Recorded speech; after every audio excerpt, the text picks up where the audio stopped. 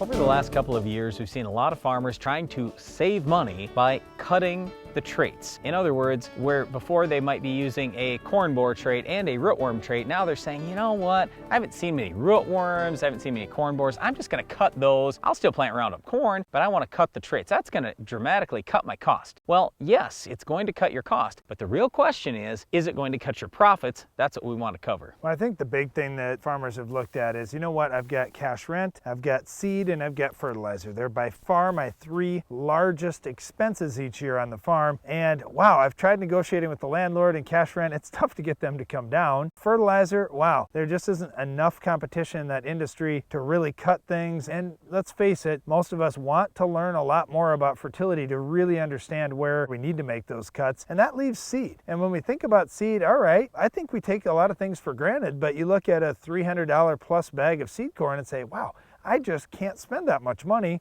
I'm going to have to cut. And when we look at things as just expenses rather than investments, it's tough to make good decisions. Now, I'm not saying you should spend $300 or more on a bag of seed corn. You may need to and you may not need to. I just want to analyze each part of that. Hey, the genetics are worth something, and then each one of these traits has additional value. Does that value play out on my farm or not? Okay, so let's start with the corn borer thing, because that's the one where 25 years ago, when I was in college and right after college, I worked for FMC, and I personally scouted just thousands of acres of cornfields for corn borer. It was a terrible problem, but here was the biggest issue. Most people didn't scout their fields, they didn't know they had a problem, they didn't spray timely, and if you just sprayed timely, that took care of the first generation corn borer, and it really did pretty well. I mean, we're talking almost 100% control. The problem was the second generation corn borer, we could never get even close to 100% control. The timing was really, really difficult. So when BT corn came out, I thought, oh man, this really solves the problem, and now we just don't have to worry about it. Well, as corn borer numbers have gone down over the years, a lot of people are thinking they need to cut this trait. And you can try it. I mean, for all these things, like we always say, hey, we have no problem with you trying this versus the other thing. Okay, so try some non-corn borer stuff versus the corn borer and just see how it all turns out. But if you're going to go non-corn borer, now you got to scout. Okay, so a lot of times what it means when you buy a trait is you have less scouting. But if you do see any corn borer in your field and you don't have that trait, we suggest you get out there right away. Typically, we like granule products better than liquids, but liquids are dirt cheap now, $2 an acre for the full rate. And then with the second generation corn borer, you're going to have to call a plane in, and in both cases, whenever those corn borers show up, you got to be really timely. You might want to even consider getting traps on your farm so you can find out when the corn borers show up in your area. It's just a lot more work. You just have to decide in your own area. I can tell you on our farm, we've had so many corn borer problems over the years, it's going to be hard for me to go away from that trait. It would have to be a lot of dollars savings for me to skip out on it. All right, I'll say two things on the corn borer thing before we leave that topic. One, saw more corn borer moths this year than I've seen in a decade. The other thing when I think about corn borers is this. It's one thing to say, you know what, I'm going to save X amount of dollars by not buying that trait. Pencil out what those things are. Brian talked about, hey, what if you have to hire a plane once? What if you have to hire a plane twice?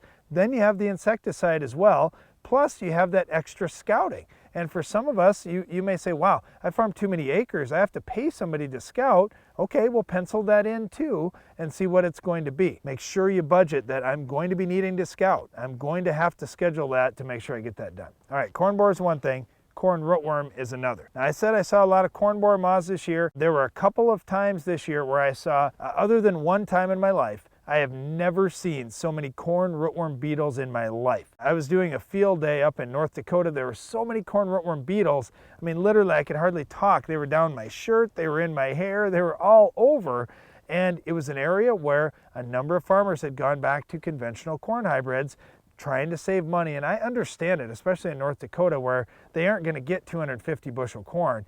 But this year, farmers are definitely going to be putting on insecticide, and we did some research plots right in that area looking at corn rootworm insecticides, and we'll talk about some of that data coming up later this winter. The big difference between rootworms and corn borers is you can't scout for rootworms. By the time you see rootworms, all the damage was done a long time ago, and it's just never going to work. And there's no rescue product for rootworms. Sure, for rootworm beetles, that's a little different different deal. When you get to the adult stage, you can kill those, but basically keep this in mind. The damage to your corn was really done by the rootworms, the larvae stage, probably a month or two earlier than that. And if you see rootworm beetles, right away, bam, you know, hey, I lost a bunch of yield because the rootworm larvae were in my field feeding on my crop. That's how we got to the adult stage. So what we suggest is, again, you know, it all depends on your area and your situation, but we're real big on using the trait. But if you don't want to use the trait, that's fine. Just use a full rate of insecticide. The dries, like Force and Aztec, are absolutely better than the liquid products, usually 5 to 10% better or more. So if you want to go that way, great. You're going to spend in the range of 15 to 20 bucks an acre. It's down just a little bit from the last year. But then you can also go liquid. You might spend in the range of $8 to $12 an acre for something like Capture LFR. So you can save some money. It can go in with your liquid fertilizer. That's an option as well. The last thing I would say is just pick the right genetics to maximize yield on your farm. Now, you may say, you know what, I really want traits. I'm going to pick this hybrid because it has this trait package. Hey, traits are one thing, and you can put a great trait on a horrible hybrid. So make sure you have a good hybrid in that trait package that you want. And then, hey, if you are switching away from traits, make sure you get a great germplasm for your area. Don't just say, hey, I need a conventional hybrid. Hey, here's a 90-day hybrid. It might be the right maturity, a conventional hybrid, the package that you want, and it might not be one that yields very high in your area. So make sure you're getting a high-yielding hybrid, whether you take traits or not. Yeah, and again, we just want you to understand, we don't care if you use traits or not. We just want to make sure you're maximizing profit on your farm. So try some things out. If you're going to go away from traits, you better do a lot more scouting. Well, one other thing you may be scouting for is our weed of the week. Can you identify this week's weed?